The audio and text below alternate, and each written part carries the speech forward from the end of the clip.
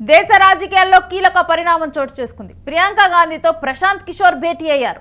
Bihar assembly ఎన్నికల తర్వాత మళ్లీ కాంగ్రెస్ కి దగ్గరగా పీకే కనిపిస్తున్నారు. ఇద్దరి మధ్య సీక్రెట్ భేటీ జరిగిందంటూ కూడా ప్రచారం జరుగుతోంది. సోనియా గాంధీ నివాసంలో దాదాపు 4 గంటల సేపు కూడా ఈ భేటీ జరిగింది అంటూ కూడా ప్రచారం జరుగుతుంది. ఇక భేటీపై మీడియా ప్రశ్నలకు ప్రియాంక సమాధానం కూడా దాటవేశారు. అదొక వార్తన అంటూ సమాధానం చెప్పారు ప్రియాంక గాంధీ. ఇక బీహార్ అసెంబ్లీ ఎన్నికల్లో ఘోరంగా కూడా పీకే ఓడిపోయిన విషయం తెలిసిందే. ఇక ఇదే ఎన్నికల్లో కాంగ్రెస్ కూడా ఓడిపోయింది, ఘోరంగా విఫలం అవటం అయితే జరిగింది. ఇక వచ్చే ఏడాది తమిళనాడు, బెంగాల్, అస్సాం, కేరళలో కూడా అసెంబ్లీ ఎన్నికలు ఉన్నాయి. భేటీ జరగలేదంటూ కూడా ఇప్పుడు ప్రశాంత్ కిషోర్ టీం కూడా అంటుంది. మరొక వైపు ఏంటంటే ప్రియాంక గాంధీ కూడా అంటే దీనికి సమాధానం చెప్పకుండా ఈ ప్రశ్నను దాటవేశారు. సో సీక్రెట్గా కూడా వీళ్ళిద్దరి మధ్య భేటీ జరుగుతుందంటూ కూడా ప్రచారం జరుగుతోంది ఇప్పుడు. ఇక ఇదే అంశానికి సంబంధించిన డీటెయిల్స్ మా ప్రతినిధి కిరణ్ అందిస్తారు. కిరణ్, ఒకవైపు ఏమో భేటీ జరగలేదంటూ ప్రశాంత్ కిషోర్ టీం అంటుంది, మరోవైపు ప్రియాంక గాంధీ కూడా సమాధానం దాటివేసే ప్రయత్నం చేశారు. అంటే సీక్రెట్ భేటీ దాదాపుగా 4 గంటల సేపు జరిగిందని చెప్పి మీడియా వర్గాల్లోనేమో వార్త వినిపిస్తోంది. ఏంటి భేటీ జరిగిందా లేదా, డీటెయిల్స్ ఏంటి? రేణు, బీహార్ ఎన్నికలు ముగిసిన కొద్ది నెలలకు ప్రముఖ రాజకీయ వ్యూహకర్త ప్రశాంత్ కిషోర్ కాంగ్రెస్ పార్టీ ఎంపీ ప్రియాంక వాద్రేతో సమావేశమయ్యారని రాజకీయ వర్గాల్లో చర్చకు దారితీసింది. ఏదైతే 2022లో కాంగ్రెస్ తో చర్చలు జరిపి విఫలమై తీవ్ర విభేదాలు తలెత్తిన తర్వాత 3 ఏళ్ల తర్వాత ఏదైతే కాంగ్రెస్ పార్టీ అగ్రనేత ప్రియాంక గాంధీతో ఏదైతే ప్రశాంత్ కిషోర్ భేటీ కావడం రాజకీయాల్లో ఒక చర్చనీయాంశమైంది. అదేవిధంగా ఏదైతే బీహార్ ఎన్నికల్లో ఇటు కాంగ్రెస్ అటు పీకే ఈ 2 పార్టీలు కూడా దారుణమైన ఓటమి చవిచూశాయి. అయితే ఓటమి చవిచూసిన తర్వాత కొత్త రాజకీయ సమీకరణాలు దారితీస్తున్నాయనే ఒక చర్చ కూడా బాగా నడుస్తుంది. ఎందుకంటే పీకే పోటీ చేసిన అన్ని స్థానాల్లో దాదాపు డిపాజిట్ కోల్పోయారు. కాంగ్రెస్ పార్టీ కేవలం 5 స్థానాలకు మాత్రమే పరిమితమైంది. వచ్చే సంవత్సరం ఏదైతే బీహార్, పశ్చిమ బెంగాల్ తో పాటు ఏదైతే కేరళ, ఇటు తమిళనాడు లాంటి కీలక రాష్ట్రాల్లో ఎన్నికలు ఉన్నాయి. ఇప్పటికే కేరళలో స్థానిక ఎన్నికల్లో కూడా కాంగ్రెస్ పార్టీ విజయదుంబి మోగించింది. వచ్చే ఎన్నికల్లో కాంగ్రెస్ ఖచ్చితంగా అక్కడ గెలవబోతుంది, యూడీఎఫ్ గెలవబోతుందంటూ రాజకీయ వర్గాల్లో కూడా ఒక చర్చ నడుస్తుంది. ఇప్పుడు ఏదైతే ప్రశాంత్ కిషోర్ తాను బీహార్ లో ఓడిపోయిన తర్వాత కొత్త సమీకరణాలు, కొత్త క్యాల్కులేషన్స్, కొత్త ఈక్వేషన్స్ మొదలు పెట్టారనే ఒక చర్చ కూడా నడుస్తుంది. ఏదైతే గతంలో కాంగ్రెస్ పార్టీతో స్నేహం చేసి కాంగ్రెస్ పార్టీ ఈ వర్కింగ్ ప్రెసిడెంట్ పదవి కోరి తర్వాత కాంగ్రెస్ లో స్ట్రాటజిస్ట్ గా వర్క్ చేస్తానంటూ ఏదైతే ప్రశాంత్ కిషోర్ కాంగ్రెస్ అగ్రనేతలతో గతంలో చర్చించడం జరిగింది. ఆ చర్చలు కూడా విఫలమయ్యాయి. అయితే ఇప్పుడు కాంగ్రెస్ పార్టీకి ఏదైతే పలు వ్యూహకర్తలు ఉన్నారు వారిని వేరు రాష్ట్రాల్లో కొన్ని బాధ్యతలు అప్పచెప్పిన పరిస్థితి ఉంది. ప్రశాంత్ కిషోర్ శిష్యుడు ఏదైతే సునీల్ కనుగోలు ఉన్నారో అతను కాంగ్రెస్ పార్టీకి వ్యూహకర్తగా పనిచేస్తున్నాడు. కాంగ్రెస్ పార్టీలో సభ్యత్వం కూడా తీసుకున్న పరిస్థితి ఉంది. సునీల్ కనుగోలు ఇటు తెలంగాణ అటు కర్ణాటక రాష్ట్రాల్లో కూడా పనిచేసిన అనుభవం ఉంది. ఆ 2 రాష్ట్రాల్లో కూడా అధికారం వచ్చింది. తర్వాత వేరు హర్యానా లాంటి రాష్ట్రాల్లో స్ట్రాటజిస్ట్ గా వర్క్ చేసినా కూడా అవేవి విజయవంతం కాలేదు. హర్యానా ఎన్నికల్లో కాంగ్రెస్ పార్టీ ఓడిపోయింది. బీహార్, మహారాష్ట్ర ఎన్నికల్లో కూడా కాంగ్రెస్ పార్టీ ఘోర ఓటమి చవిచూసింది.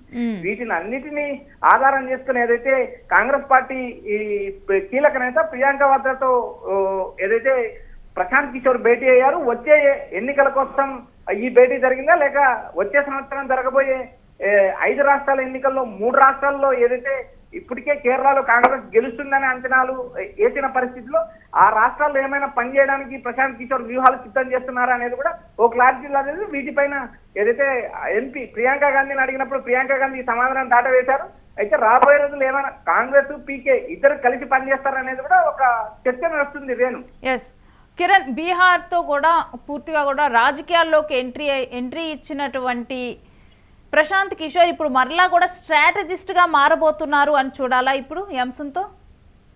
రేణు, రాజకీయాల్లో ఒకసారి స్ట్రాటజిస్ట్ గా అవతారం ఎత్తి తాను అందరినీ ముఖ్యమంత్రులు చేశాను, ప్రధానమంత్రులు చేశాను అని చెప్పుకునే ప్రశాంత్ కిషోర్ ఏదైతే బీహార్ ఎన్నికల్లో పోటీ చేసి స్వయంగా తన రాష్ట్రంలో ఎన్ని స్థానాలు పోటీ చేసి ఎన్ని స్థానాలు గెలుస్తాను అనే అంచనా కూడా చెప్పలేని పరిస్థితి ఉంది. ఎందుకంటే వేరు రాష్ట్రాల్లో తమిళనాడు ముఖ్యమంత్రిని గెలిపించాను, ఢిల్లీ ముఖ్యమంత్రిని గెలిపించాను, చాయ్ పే తారా 2014 నరేంద్ర మోడీ గెలిపించానంటూ 2019లో జగన్మోహన్ రెడ్డి గెలిపించాను, ఇటు ఇలా ప్రతి రాష్ట్రానికి వెళ్ళినప్పుడు ఆయా రాష్ట్రాల్లో నేను ముఖ్యమంత్రులు చేశాను, నేను గంటకు 4 కోట్ల ఫీజు తీసుకుంటానని చెప్పే ప్రశాంత్ కిషోర్ ప్రస్తుతం ఏదైతే తాను అందరినీ ముఖ్యమంత్రి చేయడం కాదు, తానే ముఖ్యమంత్రి అవుతున్నానంటూ జనతాదళ్ పార్టీతో బీహార్ రాజకీయాల్లోకి ప్రవేశించాడు.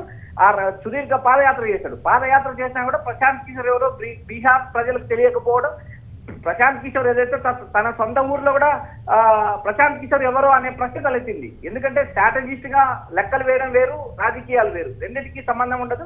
ఇలా స్ట్రాటజిస్ట్ గా లెక్కలేసి రాజకీయాల్లో ప్రవేశించి ఘోర విఫలం చెందిన తర్వాత మళ్ళీ స్ట్రాటజిస్ట్ అవతారం ఎత్తడానికి కాంగ్రెస్ పార్టీని టార్గెట్ చేసుకొని వ్యూహాలు సిద్ధం చేస్తున్నారా, లేక ఏదైతే తనకు మళ్ళీ మరో అవకాశం సృష్టించుకొని రాజకీయ వ్యూహకర్తగా మళ్ళీ స్థిరపడడానికి ప్రశాంత్ కిషోర్ దారులు ఏర్పాటు చేసుకుంటున్నాడా అనేది కూడా ఒక రాజకీయ వర్గాలు చర్చ. ఇప్పటికీ అయితే కిరణ్ ఇప్పుడు అంటే డైరెక్ట్ గా కూడా భేటీ అయినట్లుగా కూడా ఇప్పుడు ప్రశాంత్ కిషోర్ వర్గం కూడా చెప్పటం లేదు. అంటే బ్యాక్ ఎండ్ లో ఉండి నడిపించాలి పార్టీని అనే ఆలోచనలో ఏమన్నా ఉన్నారని చూడొచ్చా?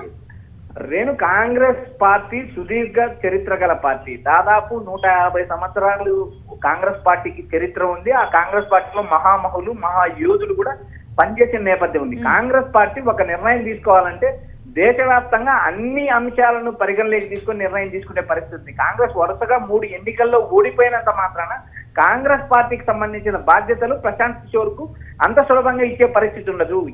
ఏ నాయకులు కూడా కాంగ్రెస్ పార్టీ కీలక నిర్ణయాల్లో భాగస్వామ్యం చేయరు. సిడబ్ల్యూసి అత్యున్నత విభాగం ఉంటుంది, ఆ విభాగంలో మాత్రమే నిర్ణయాలు తీసుకుంటారు.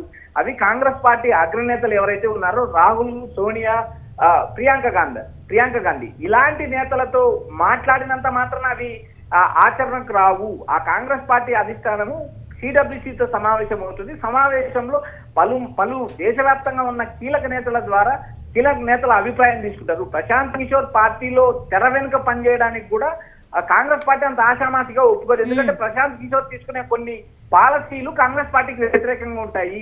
రాష్ట్రాల భవిష్యత్తు కూడా ప్రమాదానికి దారితీస్తుంది. ఏదైతే ఇప్పుడు ప్రశాంత్ కిషోర్ శిష్యుడు ఏదైతే రాబిన్ శర్మ టీడీపీకి పనిచేశారు, 2024 ఎన్నికల్లో రాబిన్ శర్మ పనిచేశారు. అదేవిధంగా బ్యాక్ అండ్ ప్రశాంత్ కిషోర్ కూడా పనిచేశారు. చివరి 3 నెలలు ప్రశాంత్ కిషోర్ పనిచేసిన టీడీపీ కూడా అమలు చేయలేని హామీలు ఇచ్చిన నేపథ్యం కూడా మనం చూసాం. అటు 2019లో వైసీపీ అధినేత జగన్మోహన్ రెడ్డి కూడా ఇలాంటి హామీలు ఇచ్చిన పరిస్థితి ఉంది. ఎందుకంటే ఏదైతే ప్రశాంత్ కిషోర్ మైండ్ సెట్ చూసినప్పుడు అది రాష్ట్రాన్ని అధోగతి పాలు చేసే నిర్ణయాలు తీసుకునే విధంగా వ్యూహాలు సిద్ధం చేసి ప్రజలను ఆకర్షించడానికి సలహాలు, సూచనలు ఇస్తాడంటే ఇప్పటికే రాజకీయ వర్గాల్లో విపరీతంగా ప్రచారం జరుగుతుంది. ఇలాంటి పరిస్థితుల్లో ఒకవేళ ఏదైతే భేటీ జరిగిందని ఇటు ప్రియాంక గాని అటు ప్రశాంత్ కిషోర్ కి సంబంధించిన బృందం నేతలు కానీ ధృవీకరించకపోవడానికి ప్రధాన కారణం ఇదంటూ చర్చ నడుస్తుంది.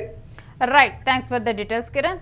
ఇక ప్రియాంక గాంధీతో కూడా ప్రశాంత్ కిషోర్ అయితే భేటీ అయినట్లు 4 గంటల సేపు కూడా దాదాపుగా ఈ భేటీ కొనసాగినట్లయితే వార్తలు వస్తూ ఉన్నాయి. అయితే దీనికి సమాధానం అయితే ఇటు ప్రియాంక గాంధీ చెప్పలేదు, మరొక వైపు ఏమో ఈ భేటీ జరగలేదంటూ ప్రశాంత్ కిషోర్ వర్గం ఏమో చెబుతూ ఉంది. అయినప్పటికీ కూడా ఈ భేటీ 4 గంటల సేపు కొనసాగిందని కూడా మీడియా వర్గాల్లోనైతే ఇప్పుడు ప్రచారం జరుగుతూ ఉంది. కాకపోతే మరి ఈ భేటీలో మనం చూసాము బీహార్ అసెంబ్లీ ఎన్నికల్లో కూడా ఇటు ప్రశాంత్ కిషోర్ ఘోర ఓటమి పాలయ్యారు. మరొక వైపు కాంగ్రెస్ కూడా పూర్తిగా కూడా ఊహించిన దానికన్నా కానీ చాలా తక్కువ సీట్లతో కూడా ఘోర ఓటమి పాలైంది. ఇక ఈ నేపథ్యంలో ఈ పరిస్థితులను చర్చించారా, లేకపోతే ఈ పరిస్థితులతో పాటు రాబోయే ఎన్నికలు తమిళనాడు కానీ కేరళ ప్రాంతాల్లో కానీ రాబోయే ఎన్నికలు వాటి పరిస్థితులు వాటి గురించి మాట్లాడారా అన్నది కూడా ఇప్పుడు వీటి గురించే మాట్లాడి ఉంటారని కూడా జరుగుతూ ఉంది ప్రచారము. ఇక మరోసారి కూడా మరి ప్రశాంత్ కిషోర్ స్ట్రాటజిస్ట్గా మారబోతున్నారా ఏంటి అనేది కూడా వేచి చూడాలి.